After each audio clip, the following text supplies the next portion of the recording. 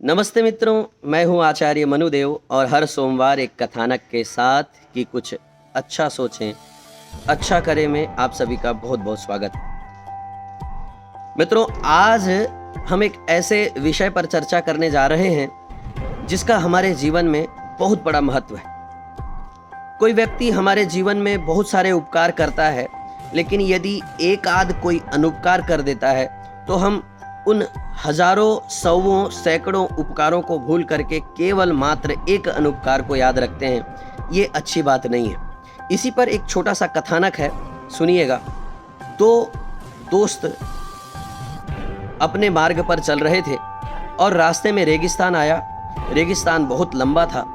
रेगिस्तान में चलते चलते दोनों में से किसी बात पर जो है लड़ाई हो गई और लड़ाई यहाँ तक पहुँच गई कि एक मित्र ने दूसरे मित्र को एक थप्पड़ मार दिया। दूसरे मित्र ने थप्पड़ खाया, एक लकड़ी उठाई और रेगिस्तान पर लिखा कि मेरे दोस्त ने आज किसी बात पर मुझे एक थप्पड़ मारा, और आगे चल पड़े। बात यह हुई कि ये मामला हम रेगिस्तान पार होने के बाद सुलझाएंगे, क्योंकि रेगिस्तान में हम अकेले अकेले सफ़र नहीं कर सकते। बात तय हुई और दोनों ही चल पड़े।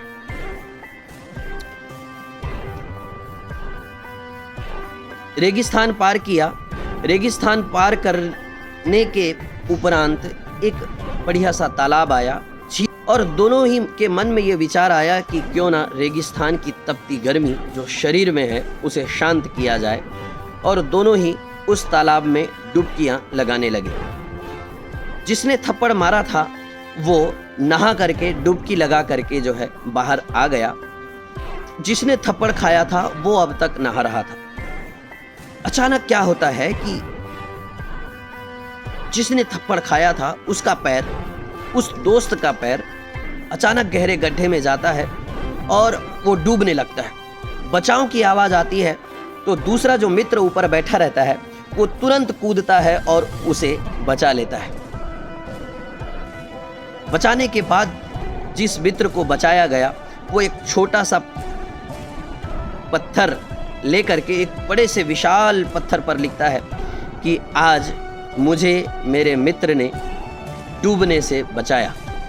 दूसरे दोस्त ने ये सब देखा और देख करके पूछा कि जब मैंने तुम्हें एक थप्पड़ मारा तो तुमने रेगिस्तान में लिखा कि मेरे दोस्त ने मुझे एक थप्पड़ मारा, लेकिन जब मैंने तुम्हें पानी से बचाया, डूबने से बचाया, तब तुमने एक विशाल पत्थर पर लिखा कि आज मेरे मित्र ने मुझे डूबने से बचाया। तुमने ऐसा क्यों किया और ऐसा क्यों लिखा?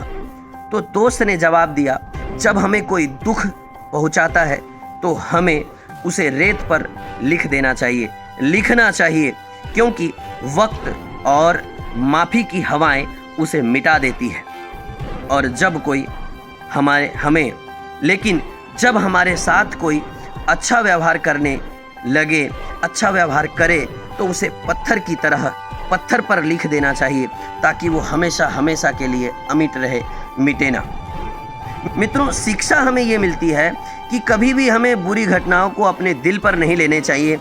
हमें उपकारों को ध्यान रखना चाहिए, अपकारों को भूल जाना चाहिए। धन्यवाद मित्रों। सदैव प्रसन्न रहिए।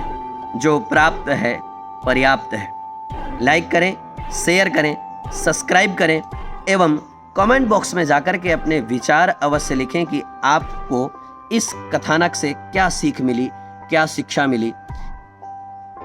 धन्यवाद।